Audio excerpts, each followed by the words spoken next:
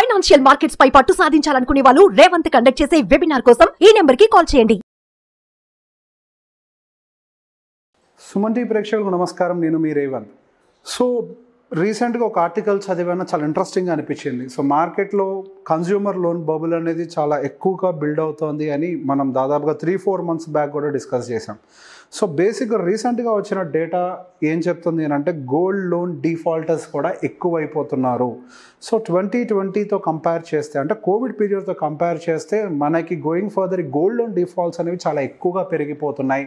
So ఈ ప్రాపర్గా ఈ లోన్ మేనేజ్మెంట్ అనేది కూడా ఎవరు సరిగ్గా చేయట్లేదు. సో ఇంట్రెస్ట్ రేట్స్ ఎంతకు వస్తున్నాయి ఏంటి అనేది కూడా చూడకుండా ఆ టైంకి అర్జెంటుగా డబ్బులు కావాలి అన్న ఒక్క దాంతో మాత్రమే గోల్డ్ లోన్స్ తీసుకోవటం వల్ల వాళ్ళ అప్పులు తీర్చలేక గోల్డ్ లోన్ డిఫాల్ట్స్కి వెళ్ళిపోయి ఆప్షన్కి వెళ్ళిపోతున్నాయి అనే డేటా ఎక్కువగా వస్తుంది. అండ్ సర్ప్రైజింగ్ డేటా ఏంటి అని అంటే ఎక్కువ గోల్డ్ లోన్స్ని హోల్డ్ చేస్తుంది ఎన్బిఎఫ్సిస్. సో మనకి బ్యాంక్స్లో గోల్డ్ లోన్స్ వస్తున్నప్పటికీ ఎన్బిఎఫ్సి ఆప్షన్స్ని మాత్రం చాలామంది తీసుకుంటున్నారు. సో రీసెంట్గా నేను చాలామందిని కలిసినప్పుడు కూడా వాళ్ళు గోల్డ్ లోన్స్ ఎక్కడ పెడుతున్నారు అని అంటే నాకు చెప్పిన వాళ్ళలో మ్యాక్సిమం ఎన్బిఎఫ్సిస్ని మెన్షన్ చేస్తున్న వాళ్ళే ఎక్కువగా కనిపిస్తున్నారు. సో ఎన్బిఎఫ్సి దగ్గర గోల్డ్ లోన్ తీసుకోకూడదు అంటే డెఫినెట్గా ఎక్కడైనా గోల్డ్ లోన్ తీసుకోవచ్చు, అందులో ఎటువంటి డౌట్ లేదు. కానీ ఇక్కడ ఉన్న ఒకే ఒక సమస్య ఏంటంటే ఎన్బిఎఫ్సిలో మనకి ఇంట్రెస్ట్ రేట్స్ అనేవి చాలా హై ఉంటాయి. సో స్టార్టింగ్ పీరియడ్లో ఒక 6 months వరకు మేబీ వాళ్ళు ఏమన్నా ఒక 8%, 9% 10% ఛార్జ్ చేస్తారేమో. కానీ మనకి ఒక టైం ఫ్రేమ్ దాటిన తర్వాత వాళ్ళ యొక్క ఇంట్రెస్ట్ రేట్స్ అనేవి చాలా ఎక్కువగా ఉంటాయి. అండ్ రీసెంట్గా నేను కలిసిన ఒక మిత్రుడు చెప్పిన దాని ప్రకారం వాళ్ళు పే చేస్తున్న ఇంట్రెస్ట్ రేట్ సుమారుగా 18%, ఇంకొకళ్ళు అయితే దాదాపుగా 20% పే చేస్తున్నారు. అంటే ఒక సెక్యూర్డ్ లోన్, మన బంగారం తీసుకెళ్ళి పెట్టిన తర్వాత కూడా అదొక సెక్యూర్డ్ లోన్ అయిన తర్వాత కూడా అంత ఇంట్రెస్ట్ రేట్స్ని పే చేయాలి అని అంటే అది చాలా పెద్ద బర్డెన్గా మారుతుంది. సో బేసిక్గా గోల్డ్ అనేది మనం యూస్ చేస్తుంది లోన్గా తీసుకోవడం కోసం అని అంటేనే తక్కువ వడ్డీకి తెచ్చుకోవాలి అని. సో దాన్ని కూడా తీసుకెళ్ళి మనం ఎక్కువ ఇంట్రెస్ట్ కనుక తీసుకొని వస్తే ఆ ఇంట్రెస్ట్ క్లియర్ చేయటం, ప్రిన్సిపల్ని క్లియర్ చేయటం అనేది చాలా టఫ్ ఛాలెంజ్గా మారడానికి అవకాశం ఉంటుంది. అండ్ 2, ఈ గోల్డ్ లోన్స్ పే చేసే విషయంలో కూడా మేబీ ఎన్బిఎఫ్సికి సంబంధించి ఈ ప్రాబ్లం ఫేస్ చేస్తుండొచ్చేమో. కానీ రెగ్యులర్గా ఇంట్రెస్ట్ పే చేసుకుంటూ అట్లీస్ట్ దాన్ని రెన్యువల్ చేసినా కానీ గోల్డ్ ఆప్షన్కి వెళ్లకుండా ఉంటుంది.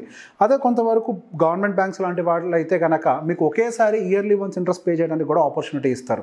సో ఇయర్లీ వన్స్ ఒకేసారి మీరు ఇంట్రెస్ట్ రేట్ని పే చేసి తర్వాత ఒకేసారి మీరు దాన్ని రెన్యువల్ అనేది చేసేసుకోవచ్చు. రెన్యువల్ చేయాలి అంటే మనం వెళ్ళి డబ్బులు కట్టాల్సిన అవసరం లేదు. మన బ్యాంక్లో ఒక సంతకం పెట్టినా కానీ గోల్డ్ అనేది రెన్యువల్కి వెళ్ళిపోతుంది.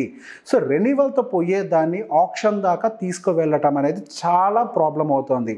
సో బేసిక్గా వస్తున్న డేటాని గమనిస్తూ ఉంటే అక్కడ ఇంట్రెస్ట్ రేట్స్ కూడా పే చేయని సిచ్యువేషన్లో కన్జ్యూమర్ బిహేవియర్స్ చేంజ్ అవుతున్నాయా, లేకపోతే ఇంట్రెస్ట్ రేట్స్ ఎక్కువ అవటం వల్ల ప్రాబ్లం అవుతుందా, లేకపోతే రెన్యువల్ అని ఒక ఆప్షన్ డబ్బులు పే చేయకుండా కూడా, అంటే కేవలం ఇంట్రెస్ట్ పే చేసి కూడా రెన్యువల్ చేసుకోవచ్చు అని ఒక ఆప్షన్ తెలియక ఆప్షన్స్లోకి వెళ్తున్నాయా అనేది ఒక పెద్ద క్వశ్చన్ మార్క్. దానికి సంబంధించి ఎవ్వరు క్లియర్గా ఏమీ చెప్పలేకపోతున్నారు. సో బేసిక్గా గోల్డ్ లోన్ అనేది ఒకరు తీసుకోవాలి అని అనుకుంటే సాధ్యమైనంత వరకు బ్యాంక్స్ని అప్రోచ్ అయ్యే ప్రయత్నం చేయండి. కుదిరితే గవర్నమెంట్ బ్యాంక్స్ని అప్రోచ్ అయ్యే ప్రయత్నం చేయండి. 9-10% ఇంట్రెస్ట్ రేట్లోనే మనకు అవకాశం దొరుకుతుంది. సో గోల్డ్ లోన్ దాకా వెళ్ళారు అంటేనే మీకు వేరే ఏ ఇతర లోన్ ఆపర్చునిటీస్ లేవు అనే. సో గోల్డ్ లోన్ దాకా వెళ్ళారు అంటే మీ సిబిల్ స్కోర్ బాగోలేదు అనేది చాలా వరకు కన్సిడర్ చేసుకోవాలి. సో మీరు మళ్ళీ అగైన్ అసలు ఆల్రెడీ మీకు సిబిల్ స్కోర్ బాగాలేదంటేనే మీరు ఫైనాన్షియల్ క్రంచ్లో ఉన్నారని డైరెక్ట్గా చెప్తోంది. అగైన్ మీరు ఎక్కువ వడ్డీ కోసం ఒక సెక్యూర్డ్ లోనే కదా, సో బ్యాంక్ వెళ్ళినా సెక్యూర్డ్ లోన్ ఎవరైనా ఇచ్చేస్తారు గోల్డ్ తీసుకొని. దానికోసం సపరేట్గా మీ సిబిల్ చెక్ చేయాల్సిన అవసరం ఏమీ లేదు. సో దానికోసం ఎన్బిఎఫ్సిని ఆప్ చేసి ఈజీగా ప్రాసెస్ అయిపోతుంది. వాళ్ళ ఇంటికి వచ్చేసి డైరెక్ట్గా మీకు లోన్ని ప్రాసెస్ చేస్తారు. ఎస్, కన్వీనియన్స్ అనేది అన్ని చోట్ల అవసరమే, నేను కాదనట్లేదు. కానీ ఇట్లా ఎక్కువ ఇంట్రెస్ట్ పే చేయడం కోసం మీరు కన్వీనియన్స్ చూసుకున్నట్లయితే మీరు ఈ ఇంట్రెస్ట్ రేట్ పే చేయలేక గోల్డ్ ఆప్షన్స్లోకి వెళ్ళడానికి స్కోప్ కనిపిస్తుంది. అండ్ 2వ అంశం మనం అబ్జర్వ్ చేసుకోవాల్సింది ఏంటి అని అంటే ఈ కన్జ్యూమర్ బిహేవియర్ అనేది day by day interest pay చేయడానికి కూడా డిఫికల్ట్ సిచ్యువేషన్స్లోకి ఎంటర్ అవుతున్నారు. సో బేసిక్గా పెరుగుతున్న ఇన్ఫ్లేషన్ వర్సెస్ పెరుగుతున్న ఇన్కమ్ అనేది 2 మ్యాచ్ అవ్వట్లేదు. వాళ్ళకి ఎగ్జిస్టింగ్ ఆల్రెడీ తీసుకున్న గోల్డ్ లోన్స్ని కూడా వాళ్ళకి పే చేయలేకపోవడానికి సిచ్యువేషన్స్ కూడా ఒక కారణం ఇది.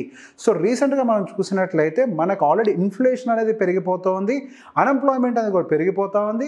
అండ్ దాంతోపాటుగా మనకేం పెరగాల్సిన శాలరీస్లో మాత్రం హైక్ అనేది అబ్నార్మల్గా ఎక్కడా కనిపించట్లేదు. సో బేసిక్గా మార్కెట్లో ఒక టైట్ సిచ్యువేషన్, అంటే ఎకనామిక్గా ఒక టైట్ సిచ్యువేషన్ ఏర్పడుతుంది. ఎకనామిక్ టైటనింగ్ జరుగుతుంది. సో ఎకనామిక్ టైటనింగ్ జరుగుతున్న టైంలో అగ్రెసివ్గా కనుక లోన్లు ఇంకా తీసుకునే ప్రయత్నం చేస్తే ఇప్పుడు ఏదైతే మన ఈ గోల్డ్ లోన్ డిఫాల్టర్ డేటాను చూస్తున్నాము, ఆ డేటా ఇంకెక్కువగా పెరగడానికి కూడా అవకాశం ఉంటుంది. ఈ టైంలో సాధ్యమైనంత వరకు నిజంగా ఎకనామిక్స్ మీద కొంతవరకు అవగాహన ఉన్న వాళ్ళైతే ఎకనామిక్ టైటన్ టైంలో డబ్బుల్ని సేవ్ చేస్తారు. ఎందుకంటే ఆ టైంలో వడ్డీ రేట్లు కూడా చాలా ఎక్కువగా ఉంటాయి. ఎకనామీ ఫ్రీగా ఉన్న టైంలో అవసరమైతే లోన్స్ తీసుకొని బిజినెస్లో ఇన్వెస్ట్ చేస్తారు. ఈ పర్టికులర్ మూమెంట్లో అన్నెసరీ లోన్స్ని అవాయిడ్ చేస్తేనే మనకు కొంతవరకు సేఫ్గా ఉంటుంది. So better avoid gold loans or any personal loans for now until unless it's an emergency situation, and even the data is showing that people are not able to repay their gold loans or the gold loan interest. దీనివల్ల options కూడా పెరుగుతున్నాయి అని ప్రతి ఒక్కటి మనమే experience అయి నేర్చుకోవాలనే ప్రయత్నం చేయకండి. మనం కొంతవరకు డేటాస్ని కూడా చూసి నేర్చుకునే ప్రయత్నం చేస్తే అట్లీస్ట్ మనం సెక్యూర్డ్గా ఉంటాం.